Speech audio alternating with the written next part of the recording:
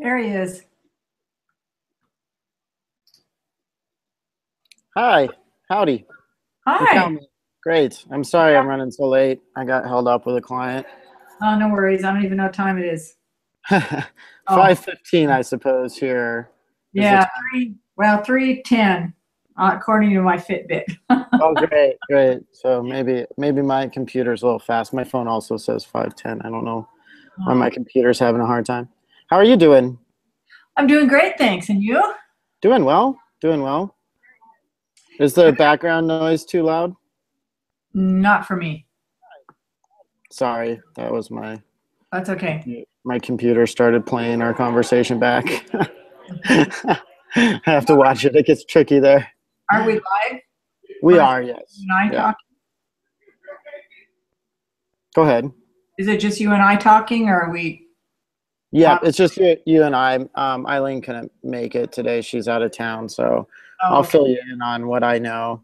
She did Oh, send me an email, oh, good. 'Cause so I can fill you in on all that stuff. okay, great. Good. Let me just pull it up here. I'm kind of rushing through, saying hi to everybody who's watching on the website. Hi, Sky. Hi, Nan. Um, okay, cool.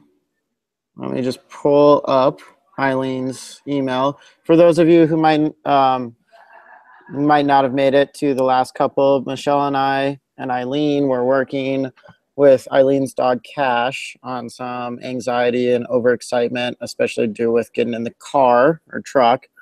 So we had one session where we planned, and then we had another session where we did some work, and we're going to talk about that session today. And Eileen sent me an email update about how it's going. I haven't seen Cash since then, so we're just going off of what she has to say. Um, I'm just gonna cruise through and read this, if that's all right with you, Michelle. That's fine. Yeah. So Eileen said Cash has been doing pretty awesome overall. He's pretty mellow in their daily routine. The car rides are still up and down. There's been a few really crazy rides to hikes with the usual drooling, pacing, panting. But they've also had a few other rides in her friend's car where he was pretty great and didn't escalate to that point. So, which is awesome. The drooling, pacing, panting has been the thing that's been hard to get rid of. The scream barking, at least, we had some success diminishing that Mhm. before. She did try rubbing him down with the rose water when she saw him getting hyped to leave the house to get into the truck, and he almost immediately laid down and almost crashed, fell asleep. So she let him chill out a bit, but as soon as she started moving to get in the truck, he would get hyped again.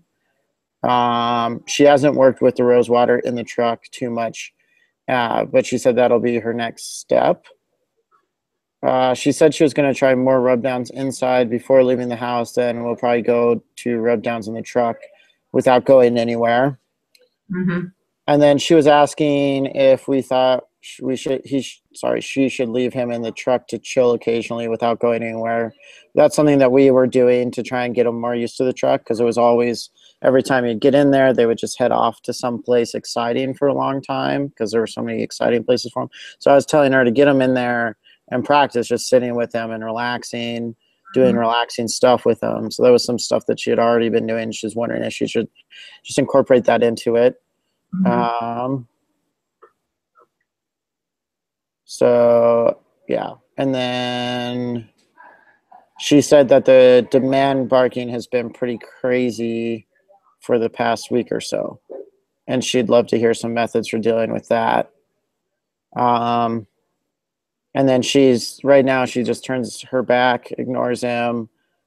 Then it usually gets more frantic and escalates until he eventually gives up. And then sometimes she will tell him to leave it or take a break, but any attention she gives seems to make it worse.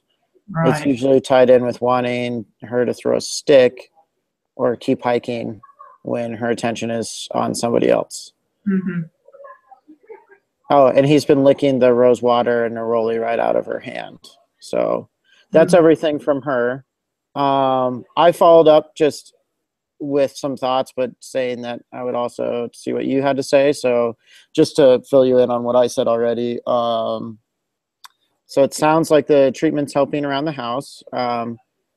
My thought would be to do a similar session in the truck as we did together, spending like an hour or so, as long as he needs, hanging out, relaxing, employing the rose water, neroli, and the other essential oils that we left off the last session talking about using.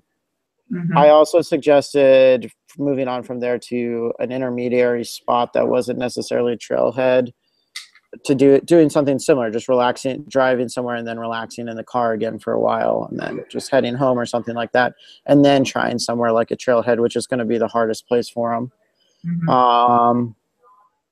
And I thought it was a good idea to leave him in there just to relax, not go anywhere still.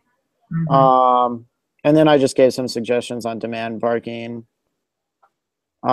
using, just rehearsing better behaviors and working on alternative behaviors. But then I also said we should hit you up for some ideas, Michelle. So I think that's it from Eileen and I. I'm going to mute and let you just talk for a little while, if that's all right. So my background noise isn't bugging you. Oh, okay. It's not bugging me unless it's bothering you. But thank you for having me on again. And we did sort of, as well as you can do a long distance zoopharmacognosy session. It was a bit difficult. A session, we can offer things that we think a dog is going to select for, that is similar to what dogs or animals have selected for similar situations in the past that we have lots of records of. However, we don't really know if that is exactly what that dog needs. And preparing for that session, I had Eileen purchase a few different things that dogs have typically selected for anxious behaviors. And some of them he selected, and some he didn't. One of the things that he really enjoyed and responded well to was the rose water, and she is continuing to use the rose water, it sounds like, on him, and getting pretty good results. If he actually was calming, because we know that rose actually reduces adrenaline production in the body by anywhere from 30 to 50%, depending on the being's sensitivity to it. Humans, it's about 30%. Some animals, it may be more. So if he was responding positively to the rose water being applied to his body, or lapping it up, that would be an indication that that is something that is calming to him. And I personally would have probably, you mentioned, and tell me if I'm wrong, but you mentioned that he got almost to the point of really relaxing. And so it sounded like she stopped doing it, or did she not continue with what she would normally be doing? For example, getting in the car or whatever. I would have actually gone ahead and done whatever it was that you were trying to, minimize the behavior of, and had him deal with it in that relaxed state, even if it seemed like he was sleepy. He was calm, and he was not producing adrenaline anymore, and he wasn't, those excitatory neurons weren't firing. So he was in a calm and peaceful state, and that's the state that you want to introduce triggers when they're in that state. Yeah, so from what I understand, just to clarify, and I wasn't there, so I'm not totally sure, but it sounds like she would do some of the calming stuff, head to the car, and then he would get amped, so then she would stop and try and get him to calm back down and then head to the car.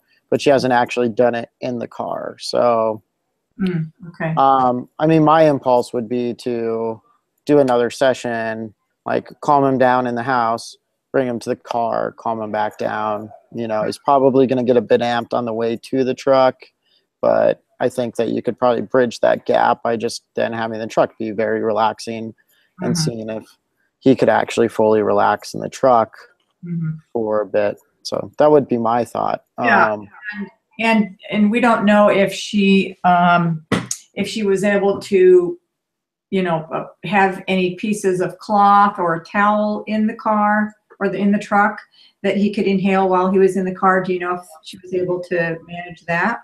She didn't mention doing that, so I'm not sure one way or the other. I remember you saying that at the end of the session, but Yeah, that might be helpful. And she could use not only the rose water, but also, and a lot of times these animals will do sequential selection where they will start with one thing and they won't select something else until they've had, whatever it is that, has the initial effect on them. So he responded not only to rose, and he also responded positively to neroli and seemed to relax and calm him, but he also responded to valerian, and vanilla was also another one. So as she ramps up, the agitation, the things that cause agitation, what she would want to do is add those additional things that he selected and that he found very calming. And if you remember, vanilla was he was very interested in that, and he was in a very relaxed state, and he was calm, and adding vanilla to what he had already selected was really helping him keep him calm. So if she could, number one, add a towel or something in the truck that has those things on it, so that when he gets there, he's got that, and see how that works with him. And then once he gets to the car, the towel is there with the smells, and then offering him vanilla or valerian or neroli, and then putting it on in the car. And I think your idea, Mackenzie, of instead of every time we get in the car, we're going to go do this great, exciting thing, just have him go to the car and just relax and hang out there for a while. You also might try sort of diverting, and maybe you've done this. This isn't zoopharmacognosy, but just in thinking of things. I had a neighbor that had a very similar situation with the dog. The dog would just get so amped up and crazy when it got in the car. And it hated being in the car by itself. It would bark and carry on so extremely that the guy would have to park way at the other end of the parking lot because the dog was carrying on like it was screaming its head off and getting beat.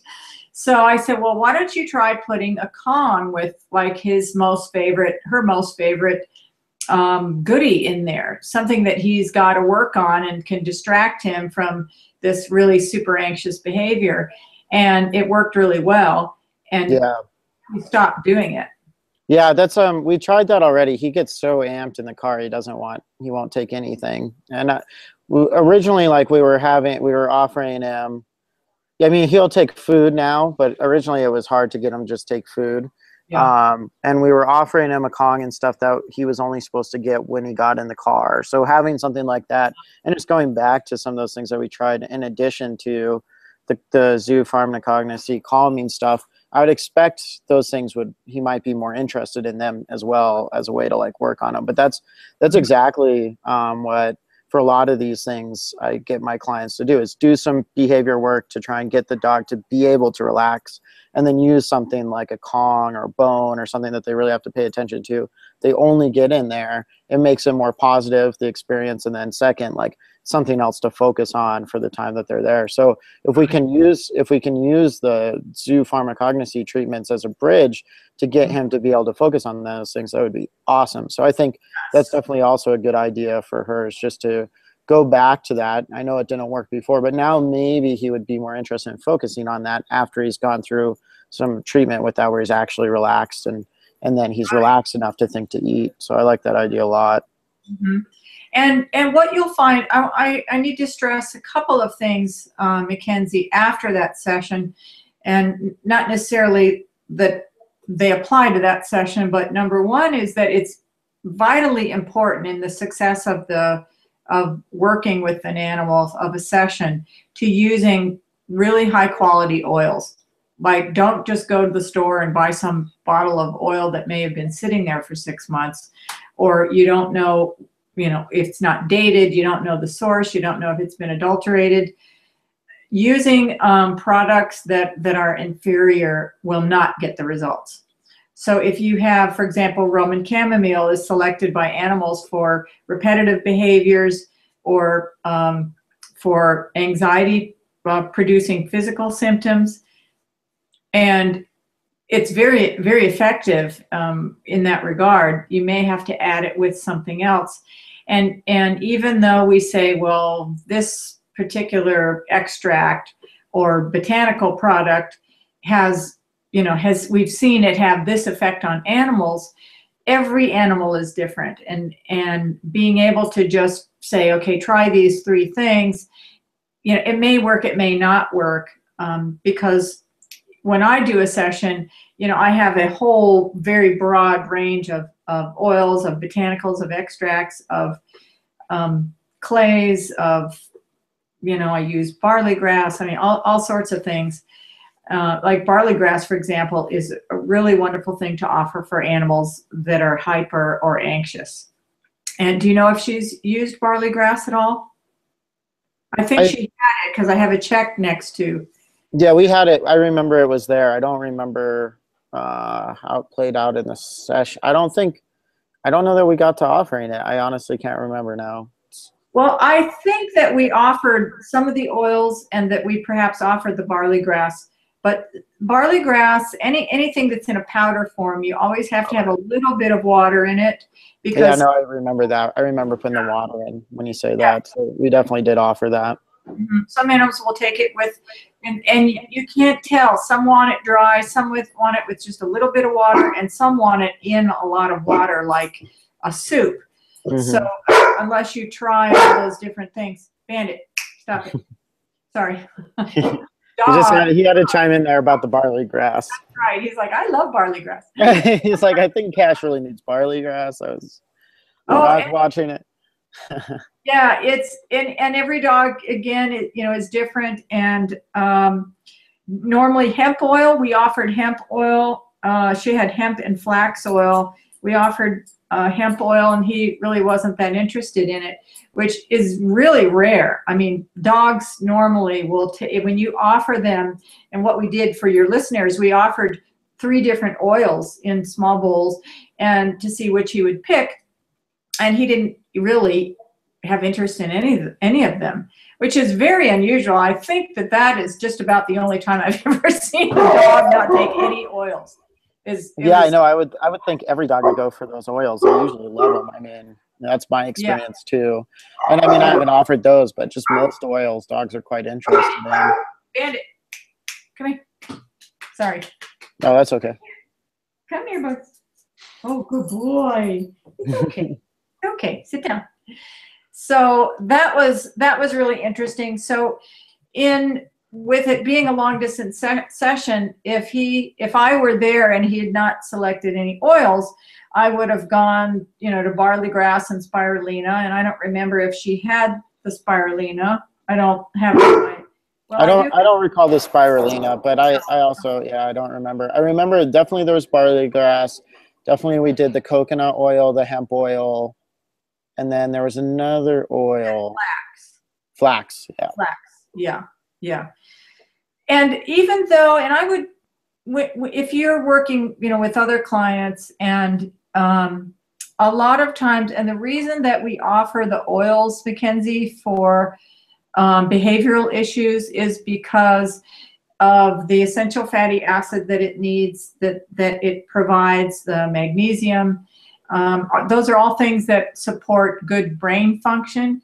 And if an animal is just not getting support for normal neurological function, he's going to have a harder time with anxiety and with behavioral issues and normalizing his body. Rose is always a really good one. Rose, either the rose water. I just use the rose water because it's easier to put on them and it's less expensive. And some, like Cash did, he just drank it. And I've had a lot of dogs drink it. There's, I don't know what it is about Rose that they want to drink it. It's really interesting. I had a dog just the other day do the same thing. Same with neroli, and I have a really nice neroli water that I get from France. The rose and the neroli are from France, and they're just animals really just. It's just like a special treat to them. I don't know. I think they're very attracted to it. And then the other things that we had offered, for example, Roman chamomile, I don't know. I have a check by it and I have it circled. So he apparently was interested in the Roman chamomile, and the Roman chamomile and the valerian and the vanilla together were the really big three that that seemed to work for him. And sometimes just offering one, you can try offering one at a time. You know, what I do is I'll hold like 3 bottles up, you know, I'll hold them out separately, you know, so they're about that far apart, and then kind of watch which one they go to with their nose first. And they'll always, you know, they'll go to one or another. They may check them all out, but one of them, they may blink a lot, or they may do real slow eyes. They may do like a flick with their tongue like that. They may swallow.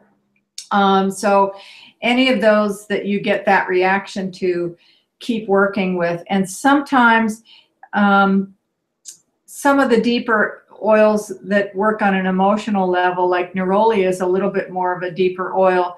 They may not be ready for that. So you can come back and offer it later.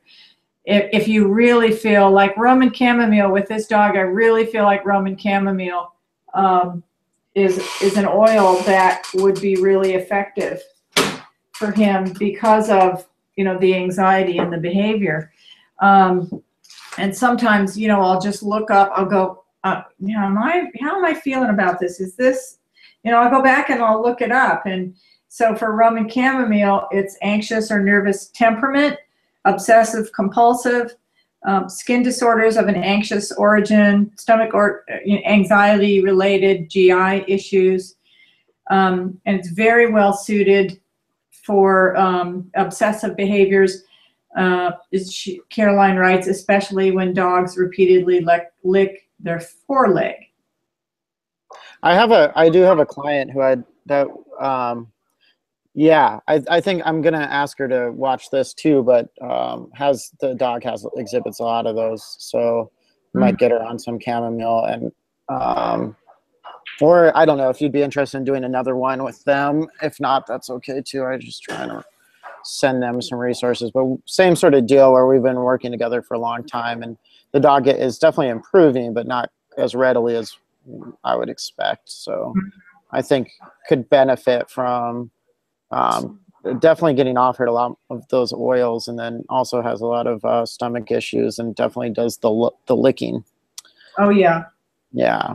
Yeah, and you know, for stomach, I've had really good results. Well, especially in horses.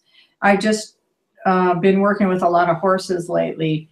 That did I tell you about the horse that the owner had put a big bottle? It was a big bottle of fly spray. Where if a little is good, the whole bottle is better, kind of mentality. And I had just arrived at this ranch to work on a horse for GI issues, and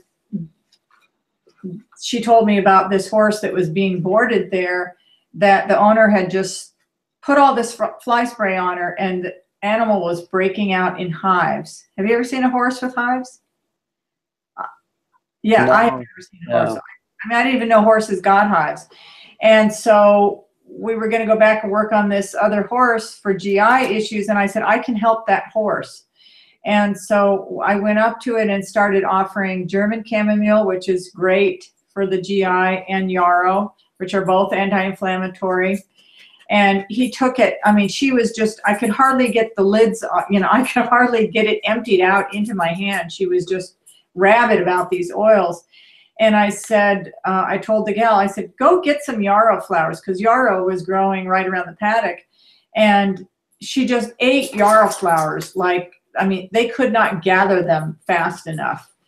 And it was just unbelievable to see her. And she kept responding to the German chamomile and the yarrow oil. I gave her devil's claw tubers, which I think we talked about devil's claw before, but it's a very strong anti-inflammatory and it has no side effects really to speak of, not like bute or something like that. And she ate, and I have the little tubers that are a little bit bigger than a quarter, and they're the size of the thickness of, I don't know, a cookie or something. But the devil's claw tubers, she ate 12 of them. And she didn't just like gobble them up. She would take one at a time, and she chewed it and chewed it and chewed it because they're dried. And she chewed and chewed and chewed and chewed and swallow it. And she just kept taking them and taking them and taking them. Normally horses will take one in their mouth and they'll kind of shake their head around and lick it and spit it out. And I think we may have done that in the experiment. We had some when we did the ponies and stuff, but she chewed them up and swallowed them and just took one after another, after another, after another. I mean, I've never seen a horse take so many. And when she got to 12, that was it. She was done. And then she went back to eating yarrow. And since she was interested in the chamomile, I said, why don't you pull some chamomile flowers? Because there's little, the little pineapple weed flowers that's more closely related to Roman chamomile. And she just was eating handfuls. I mean, they couldn't gather enough of these flowers. And she continued to eat yarrow. She had some chickweed and plantain, which is really good for skin issues. And she would alternate like a little bit of chickweed with the chamomile. As much as yarrow as we would give her, she would eat. And then I finally tried seaweed. It's actually a seaweed extract, which is really, really good for detoxing the body. And I just bought 2 bottles in England they're 45 pounds a piece. They're 5 ml bottles. And I just would put, a couple of drops in my hand and she'd lick it off, and I'd do a few more drops. She'd lick it off.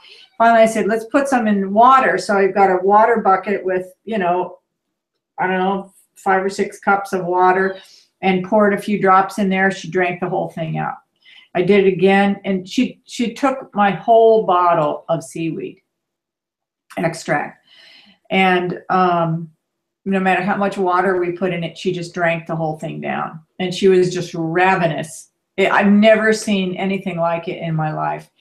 And at one point when I was offering her the German chamomile oil and the yarrow essential oil, and both of these are the blue oils that produce chamazoline, which turns them blue during the distillation process.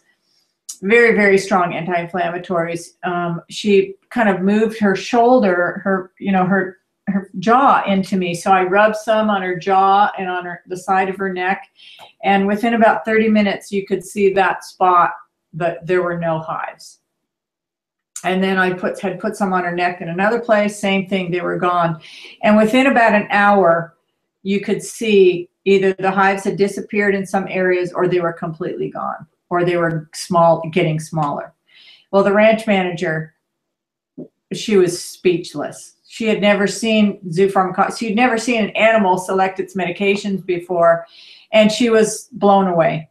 And then she started, I have a horse over here. Could you look at this horse? And she said, I have a pregnant mare over here. What do you think?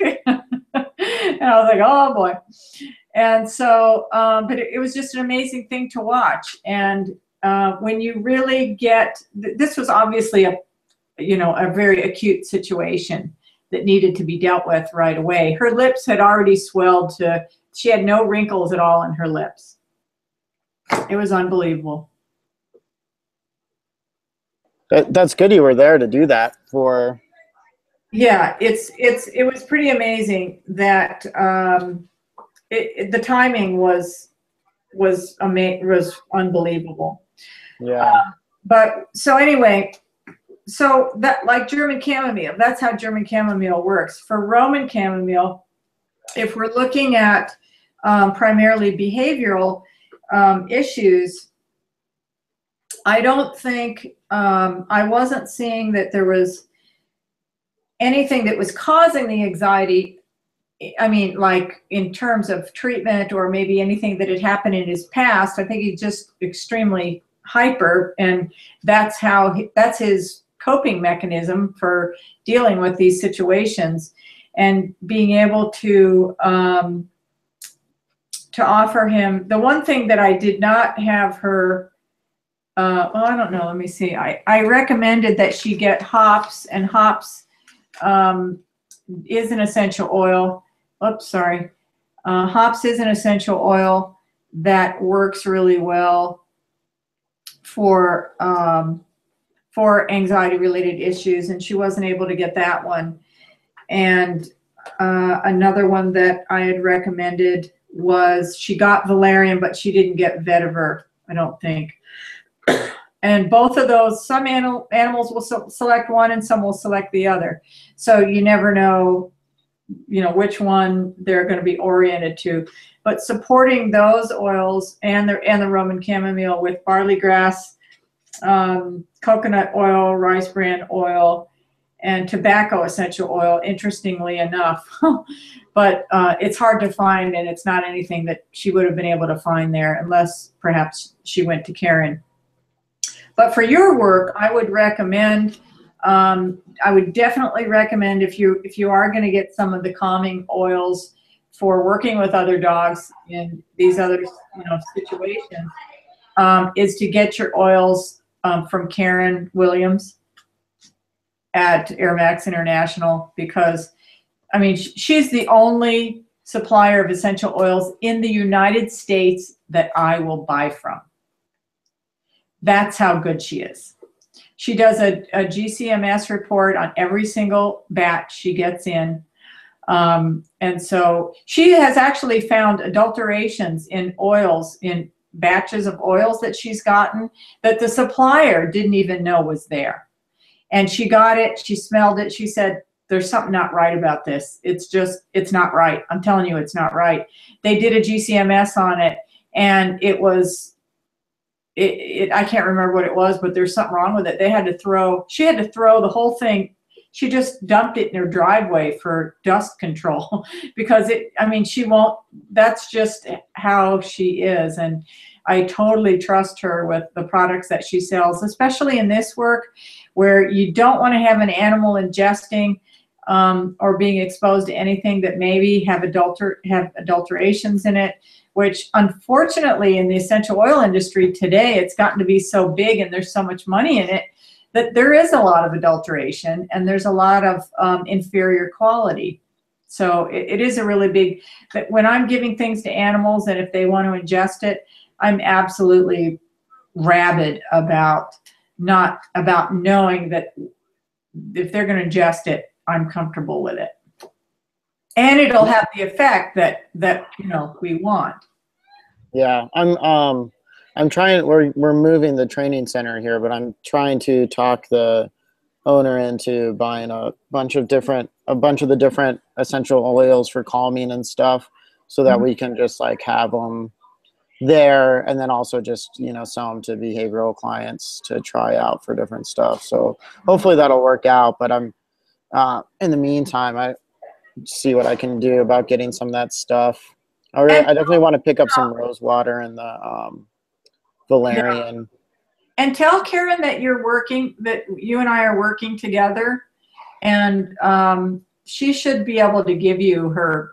She's got a bit of a wholesale discount. It's not a lot, but she should be able to work with you on that, because especially if you're looking at resale, because you have to cover your costs, and we're in business. We're not, we want animals and people to be happy, but it's our business. This is our life. So, we need to support ourselves. Okay. Well, do you have any just quick thoughts on some stuff to try for the demand barking behavior for Eileen? Just anything that comes to mind. I got to run here in a few minutes to another lesson, but